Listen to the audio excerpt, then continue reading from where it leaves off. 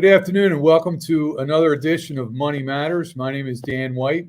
I'm the president and CEO of Daniel A. White and Associates. We are a retirement and financial planning firm headquartered in Glen Mills, Pennsylvania. We have a secondary office in Middletown, Delaware, and we are in the process of opening a third office down in Lewis, Delaware as well. We specialize in working with pre-retirees and people that are retired with safeguarding their retirement assets and providing them with an adequate amount of retirement income. And I'm joined on the show today by Eric Parnell, CFA from Great Value Advisors. Eric is my co-host today. Eric, welcome to the show. Dan, thanks for having me on today. Look forward to working with you. Yeah, it's going to be a great show. So, we kind of are in the same field, the financial planning field, I'm assuming, and 2022 was a little bumpy. The bond market crashed, the stock market crashed, and everybody came into 2023 thinking, it's going to be terrible. We're going to have a recession, and everybody was wrong. The market went up about 24, 25%. So that being said, what is your view on the markets as 2024 is getting underway? That's a great question, and it's a question we get from a lot of our advisors. Great Value Advisor Group, basically our primary service is to provide a variety of back office solutions to registered investment advisors all across the country. So, they may need things like compliance services, technology, back office support, and also asset management services. And that's where I come in, and my role is providing investment solutions to advisors that want to serve their clients. And, the last 2 years really have been interesting. We had the bear market in 2022, and then we had a really strong rally in the stock market throughout 2023, which defied consensus expectations going into the year. I think about this time last year in January of 2023, the expectation was that we were going to see a recession in the second half of 2023, and that certainly didn't materialize. But one of the things that's interesting about the fact that, even though we had double-digit returns in the S&P 500, the performance across capital markets really wasn't that great in 2023. There was about 7 or 12 stocks in the S&P 500 that drove about 85% of the upside in the index. Yeah, they call them the Magnificent Seven. Absolutely, the Magnificent Seven. And some of those names, familiar to most of us, there's really big names in the index. But you get outside of those and, the rest of the market was basically revisiting the lows that they saw in October 2022, a year later in October 2023. So that provides a good foundation for the market as we go into 2024. Inflation has been coming down. Corporate earnings bottomed at the end of 2022 and have been rising. Corporate profit margins have been widening with inflation coming down. The labor market remains tight. And now there's talk about the fact that the Federal Reserve is done raising interest rates and might even cut interest rates in 2024. So it's a pretty constructive backdrop as we go into the coming year. Yeah, it's kind of scary, though, because, everybody got it wrong last year. And this year, everybody's kind of saying, the Fed's done a great job. They've engineered the soft landing. We're gonna get through this. We're not going to have any recession. And me playing devil's advocate, I'm like, well, they were wrong last year. They're probably going to be wrong again this year. I think when you talk to 100 different people, 50 are bullish, 50 are bearish. The Fed minutes that leaked out and talked about 3 rate cuts, that's kind of a little scary too, because I don't think the Fed really cuts rates unless the economy's in trouble. We're not seeing any signs yet that the economy is in trouble. So what's the one thing you think the market has wrong going into the current year? Dan, I think you hit it right on the head. And it was one of the things that I was thinking myself, is that when we were going into 2023, the consensus view was it's going to be a challenging year for the markets and we're going to go into recession. Going into 2024, the consensus view is that the outlook's pretty strong and it's a good opportunity to be constructive on stocks and that and bonds for that matter. And that does give me pause, because when you have a consensus view that's so strong on one side or another, the market has a good way of humbling the crowd when they get too far to one side. And your point about rate cuts, I think, is particularly important, because the Fed forecasting anywhere between 2 to 3 rate cuts in 2020 and 2024. If you take a look at the futures market, It's pricing as many as 6 to 7 quarter point Fed rate cuts in 2024. Right. And to your point exactly, the Federal Reserve has just gotten through this big inflation fight. The last time that we've experienced something like this was back in the 1970s. So, they're going to be reluctant, or they should be reluctant, to cut interest rates, remembering the lessons that they learned from the 1970s when they cut interest rates too soon and it caused inflation to come back higher. It's like quitting a course of antibiotics too soon and causing the infection comes back. So the fact that the market's predicting that many rate cuts, the Fed needs a reason to cut rates. And what are those reasons? Well, an economic slowdown or things not turning out nearly as well as investors might be thinking it's going to be going into 2024. Yeah, it's kind of interesting. I agree with you 100%. I mean, I've read a lot about Jerome Powell, and he seems to be a big fan of Paul Volcker. And Volcker, all I've been reading is, think higher for longer. Interest rates are going to be higher for longer than we think, because if you remember, Volcker kept them up, and then he started cutting, and then inflation came roaring back. And Powell doesn't want that to happen. He says, for all last year, he was like, inflation's the number one enemy. We got to lick it. We got to get it under control. So I kind of agree. I don't think he's really going to be that inclined to cut rates if there's any threat that inflation starts ticking back up and so forth. But what is a potential upside surprise that investors may not be anticipating going into 2024? Yeah, you raised a really good point about Powell being a fan of Volcker. And it's interesting. I had a conversation with, a former Fed official who was in the room in the FOMC. And one of the biggest points he made was just, this isn't the Greenspan Fed anymore. When we say something, we mean what we say. We're not trying to play three-dimensional chess. And I think that's important for investors to keep in the back of their minds, is that when the Federal Reserve says higher for longer, at least for now, that's what their intent is. And that can certainly change. But to your point about the risk of an uptick in inflation, I think that potentially presents a opportunity for investors going into 24, because there's so much of an expectation of inflation continuing to come down. And the primary downside risk, in my view, for the coming year is that we see a renewed rise in inflation, or inflation at least continues to be as stubborn as it is, or it remains stubbornly high. You look at the natural resources sector or the energy sector. These are oil. These are areas of the market that haven't participated in the rally at all since October 30th. So if we do see a renewed rise in inflationary pressures, those are some of the areas of the market that might be worth a closer look. Yeah, and it's kind of interesting. I've been reading that, the turmoil in the Mideast, I mean, they're shutting down some shipping lanes. And they're saying there might be some supply chain issues coming forward, in the next couple months. Oil could spike up again. So I tend to agree that inflation, I think they're going to keep a close eye on that. Unemployment's still really low. I mean, as of right now, the economy is not showing any signs of a recession at all. And yet everybody and their mother is still saying, hey, 2024, it's coming. We're going into recession. What are your thoughts on that? Yeah, I mean, it's such a good point, because you take a look at the labor market, for example. Yeah, I mean, has the unemployment rate ticked up a point or two in recent months? Yeah, but we're still at below 4%, which is the lowest unemployment rate that we've had in the current cycle, going all the way back to the late 1960s. So, I mean, there's certainly there's no shortage of people being able to find the jobs that they want, and if anything, corporations continue to struggle to find qualified employees to fill jobs, and that those types of wage pressures are the things that it keeps the economy rolling along if people still have jobs, and it gives a little bit of leverage to the employees to make sure that they're getting paid what they want to get paid. And those are not the typical things that we see in a looming recessionary environment. Yeah, it's really kind of a unique situation as we get into, and I think that's why you're getting such divergent opinions on what's really going to happen in 2024. But I'll tell you what, we do have a question from one of our listeners, Thomas Dolman of Philadelphia. He says, with a number of problems in the world today, what are your thoughts about the oil industry as a future investment? What are your thoughts on that?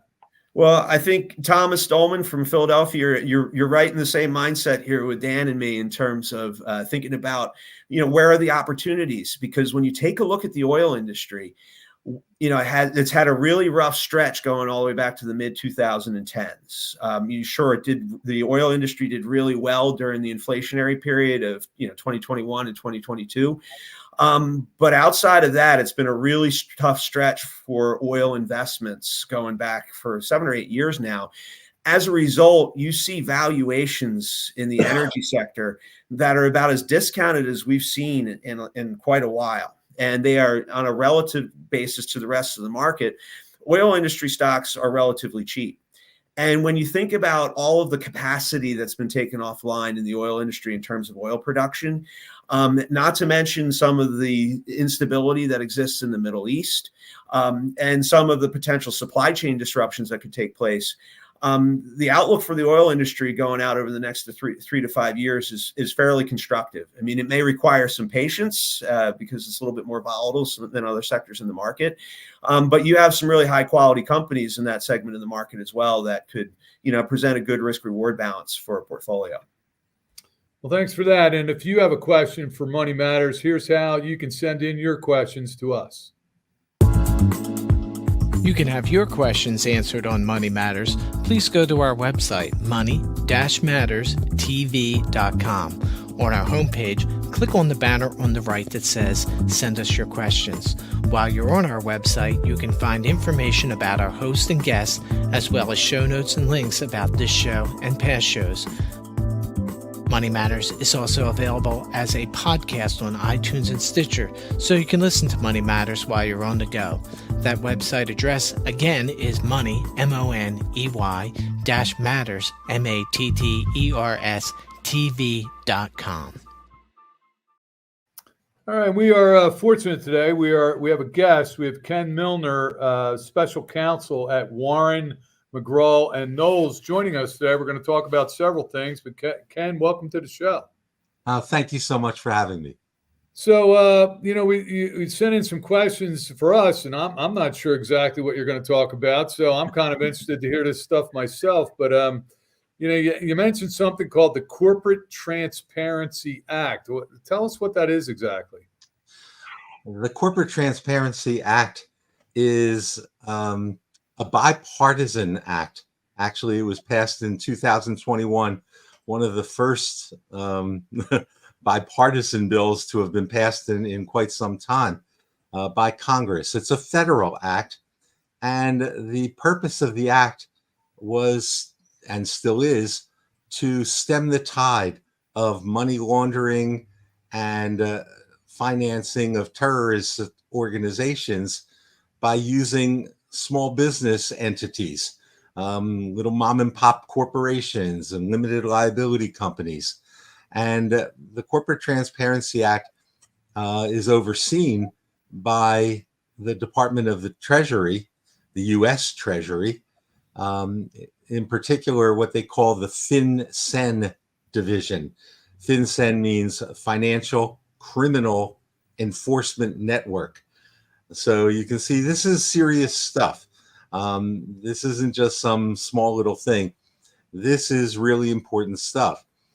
What's interesting about it is that it targets, and the people who have to comply are people like you and I, people who might have a small company in terms of the number of employees we have or the number of the amount of revenue that we might take in. This is not for big companies. As a matter of fact, big companies, ones with over $5 million in annual revenue and with over 21 employees, if you have both of those things and you have an office in the United States, you're going to be exempt. But the big thing is that small businesses, virtually all of them, every business entity is going to have to file something in order to be compliant with the law. It's daunting to say the least. 36 million companies are expected to have to file within this coming year through calendar year 2024. So this sounds like it's a big change that's coming for a lot of companies. Say I'm running a corporation. What do I do to have to comply? Well, the first thing you have to do is you go to a website. Compliance is done only online, and it's a fairly simple process. You go online, you register the name of the company and the tax ID number and everything else of the company that you have. And then attached to that, you must identify every single person in the company who has what's known as a beneficial interest. So anybody who is a beneficial owner of the company, and that can mean anybody with 25% or more of the stock, or anybody who receives a significant amount of money, or anyone who can control what the company does by being having a majority share of directors' votes or officers' votes, or being the manager of an LLC, will have to be disclosed. We'll have to have all the information about that person disclosed, and we'll have to show a driver's license and prove that they are a United States citizen that has a driver's license or a U.S. passport, and we'll have to go ahead and let the government know exactly where that person lives, so the government can check up and make sure that you're not going to be using the corporation for terrorist purposes or for money laundering. It's interesting, Ken. Being in the retirement planning business, we have to go through money laundering courses and so forth. And basically, people can't bring in a sack of cash and tell us, they want to invest it. We have to ask where it came from and that kind of thing. But it's kind of similar. The last year you were on the program, you mentioned something called Act 122, which also calls, I guess, for these companies for registration. Is that the same thing? No, it's not. The Corporate Transparency Act is a federal act. Act 122 is just for Pennsylvania companies. Pennsylvania is the only state of the 50 states that allows companies to register and file a statement every 10 years instead of every year. Virtually every other state says you have to file a document saying you're still alive and this is what you're doing, and you have to do it every single year and pay a small fee, usually, to do that. Pennsylvania has always had what's known as a decennial reporting system, where you're filing that same piece of paper every 10 years. Act 122 has said, you know what? It's not a good idea to do this because too many people, these companies are going out of business. We don't know about it. The names can't be used by anybody else. And so just to try and clean up all of the dead wood that's in the Corporation Bureau, they're now saying file annually. The cost is no more or anything else, but you're going to have to file annually. For the Corporate Transparency Act that you were talking about, what are the costs for registration associated with that? Well, that's one of the pieces of good news. There is no cost to register. And as I said, in terms of time, it won't take very long at all to complete the registration process for most of the companies that are doing this. But the cost is zero. You go to the FinCEN website and you say you want to file a BOI, a Beneficial Owner Information Report, and you'll be led to maybe a 5-page, 6-page set of questions. Answer the questions, fill in the blanks, and make sure that you do it right, and attach, as I said, certain things that they're going to want. They're going to want the federal EIN, which is, we all know, is a social security number for entities. You have to know your EIN, and you should be able, for the beneficial owner, each one should be able to attach a picture of that person's driver's license or main page of their passport. it kind of sounds, Ken, another element of Big Brother is watching you. But who typically, I mean, who has to comply with this regulation? And not only who has to comply, but do they notify you that you have to comply with this? Well, it's a great question because I said there's 36 million companies out there. Right. And I don't know how they're going to be able to find them all. Some companies were formed back in 1923 or 1940 or whatever. Haven't filed anything. Nobody knows where they are. The people may have died that formed the company. How they're going to notify people, et cetera, is going to be very, very difficult. But the fact of the matter is, ignorance of the law is no excuse. And one of the ways they do it is by having people like me come on to shows like this and tell the public, hey, this means you. Don't think you're too small.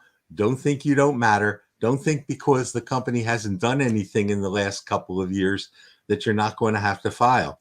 You will have to file.